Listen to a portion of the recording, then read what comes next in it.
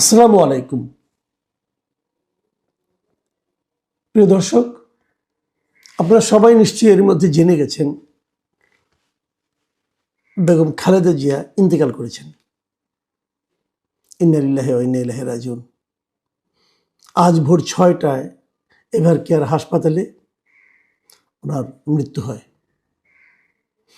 এবং এই মৃত্যু, যদিও আমরা সবাই জানি যে উনি খুবই ক্রিটিক্যাল অবস্থায় আছেন এবং অনেক চিকিৎসককে আমি এমনও বলতে শুনেছি যে খালেদা জিয়া আসলে একটা রিয়েল ফাইটার বলতে যা বোঝায় উনি তাই ছিলেন। ওনার শরীরের একটা একটা করে অর্গান কোলাপস করছিল, কাজ করছিল না, তারপরে উনি আমি এর মধ্যে একজন ডাক্তারের একটা ফেসবুকে একটা পোস্ট দেখলাম। উনি যুক্তরাষ্ট্রে দীর্ঘ 22 বছর ধরে এ ধরনের রোগীকে ট্রিটমেন্ট দেন এবং উনিও বলছিলেন যে কোনো কোনো ক্ষেত্রে মেডিকেল সায়েন্সকে পর্যন্ত উনি ব্যর্থ করে দিচ্ছিলেন। মেডিকেল সায়েন্সে এই ধরনের রোগীর বাঁচার কথা না, কিন্তু তারপরে উনি দীর্ঘদিন কিন্তু সেই ফাইটটা জারি রেখেছিলেন এবং এটা কিন্তু আরও কয়েক বছর আগে থেকেই চলছিল। মানুষের জীবনে কত রকম উত্থান পতন আসে, আমরা খালেদা জিয়ার জীবনে সম্ভবত তার সবগুলি দেখেছি।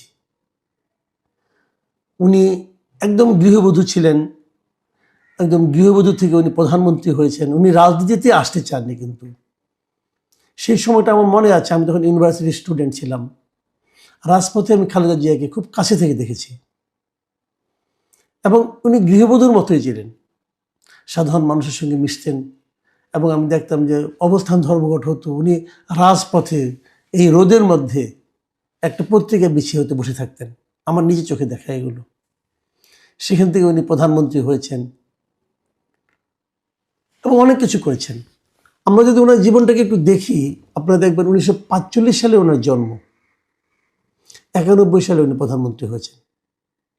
এর আগে 81 সালে ওনার স্বামী মারা যাওয়ার পর উনি কিন্তু অনেকে হয় না যে মারা গেল তারপরে সবাই এনে ওনাকে বসিয়ে দিল, তা কিন্তু হয়নি।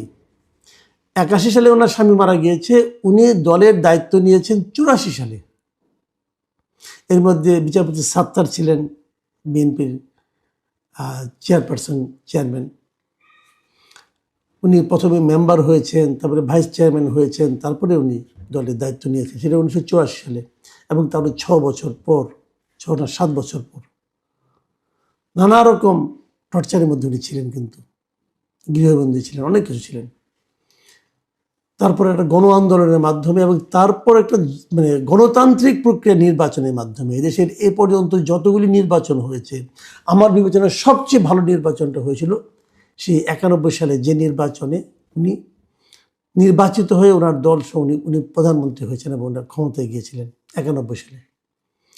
96 সালে অবশ্য ওনার একটা বিতর্কিত নির্বাচন ছিল, সেই নির্বাচনের মাধ্যমে উনি প্রধানমন্ত্রী হয়েছেন। অনেকে বলে যে উনি 3বারে প্রধানমন্ত্রী কিভাবে, তো তারা ভুলে যায় যে 96 সালে একটা ছোট এক নির্বাচন হয়েছিল, অল্প সময় ছিল সেটা স্থায়িত্ব, কিন্তু অল্প সময় থাকলেও এই অল্প সময় এটা একতরফা নির্বাচন ছিল। ওই নির্বাচনে আওয়ামী লীগ অংশ নেয়নি, কিন্তু সেটা একতরফা নির্বাচন হলেও সেই নির্বাচনের মাধ্যমে গঠিত যে সংসদ, তারাই কিন্তু তত্ত্বাবধায়ক সরকারের যে ব্যবস্থাটা সেটা সংবিধানে সংযুক্ত করেছিল, সংবিধান সংশোধনের মাধ্যমে।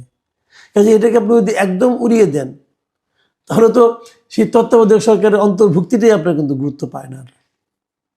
এই গুরুত্বপূর্ণ কাজটা কিন্তু ওই সংসদের মাধ্যমে করেছিলেন। তারপর উনি 2001 সালে আবারও গণতান্ত্রিক প্রক্রিয়া নির্বাচিত হয়েছিলেন। এরকম একটা বর্ণাঢ্য ব্যক্তির জীবনে শেষের সময়টা খুব কষ্টে কেটেছে।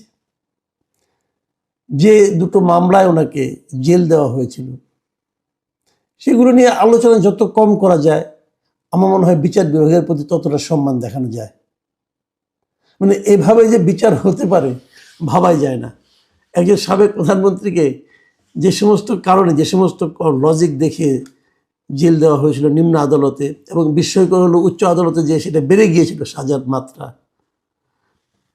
যাই হোক, সেগুলো অন্য হিসাব। তারপর উনি দীর্ঘদিন অসুস্থ ছিলেন, গৃহবন্দী ছিলেন। তো এই সমস্ত ঘটনা আমরা দেখেছি এবং আমি নিজে এখনো মনে করি, এবং তখন আমি বলেছিল, এগুলি যতটা না বিচার ছিল তার চেয়ে বহুগুণ বেশি ছিল ব্যক্তিগত রাজনৈতিক প্রতিহিংসা।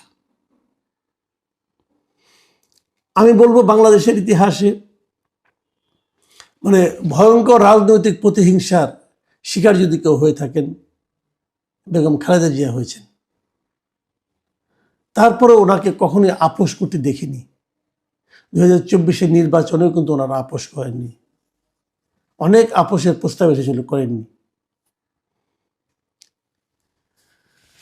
বেগম খালেদা জিয়ার জন্য সর্বশেষ এমন এক সময় গেলেন যে ওনার যিনি প্রধান রাজনৈতিক প্রতিপক্ষ ছিলেন, যার রাজনৈতিক প্রতিহিংসার শিকার উনি হয়েছিলেন,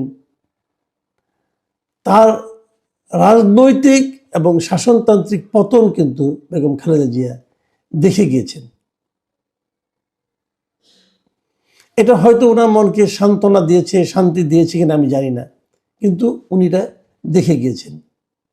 তারপর উনি সম্মানিত হয়ে গিয়েছেন। শেষ দিকে উনি অসুস্থ থাকলেও উনি কিন্তু একাধিক অনুষ্ঠানে, শেখ হাসিনা সরকারের পতনের পর একাধিক পাবলিক প্রোগ্রাম ওনাকে দেখা গেছে।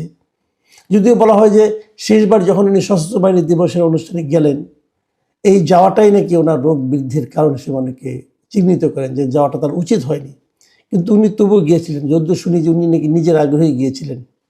অনেকের সঙ্গে দেখা হয়েছে, অনেককেই উনি দেখেছেন, এবং উনি মানে একজন সরকারের কোনো অংশ না হওয়া সত্ত্বেও উনি কিন্তু সেখানে সবচেয়ে সম্মানিত ব্যক্তি হিসেবেই উপস্থিত ছিলেন।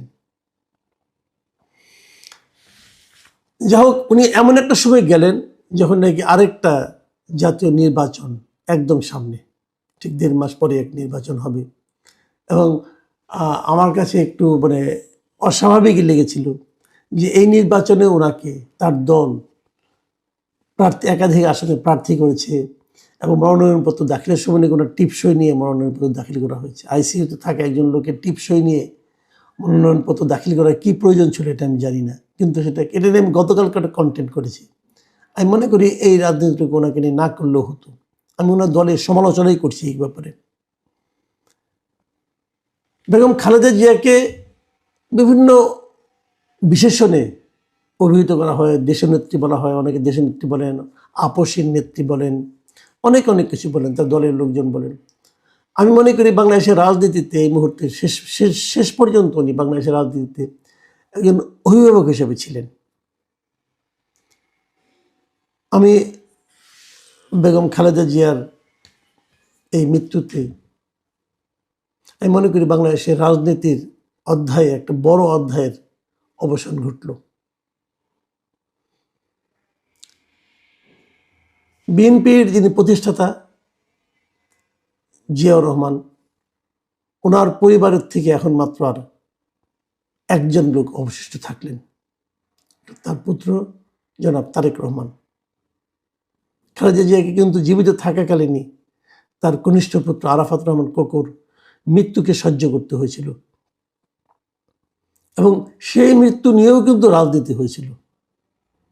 মানে একটা নারী, একজন মা, তার জীবনে কি পরিমাণ কষ্ট হতে পারে। তার সন্তান একদিকে, সন্তানের লাশ তার সামনে, তখন তাকে নিয়ে রাজনীতি হচ্ছে, বিতর্ক হচ্ছে, এটাও তাকে সহ্য করতে হয়েছিল। কিন্তু আমরা চাইবো, আমি ব্যক্তিগতভাবে চাইবো যে বাংলাদেশের রাজনীতিতে এই ধরনের অপরাজনীতি এখন আগামীতে যেন আমাদের আর দেখতে না হয়। আমরা একটা শান্তিপূর্ণ দেশ চাই, আমরা একটা ঐক্যবদ্ধ দেশ চাই, আমরা একটা ঐক্যবদ্ধ জাতি চাই। ওনার একমাত্র জীবিত সন্তান জনাব তারেক রহমান সেই লক্ষ্য অর্জনের ক্ষেত্রে ওনার জীবনের বাকি সময় সক্রিয় থাকবেন, এটা আমাদের প্রত্যাশা। সেই সঙ্গে বেগম খালেদা জিয়ার জন্য আমাদের দোয়া রইল। আল্লাহর কাছে ওনার আত্মার মাগফিরাত কামনা করছি, আল্লাহ ওনাকে বেহেশত নসিব করুন, এই প্রত্যাশা থাকলো। আপনারা সবাই বেগম খালেদা জিয়ার জন্য দোয়া করবেন, এটাও আমার প্রত্যাশা। প্রিয় দর্শক, আপনারা সবাই ভালো থাকবেন। আল্লাহ হাফিজ।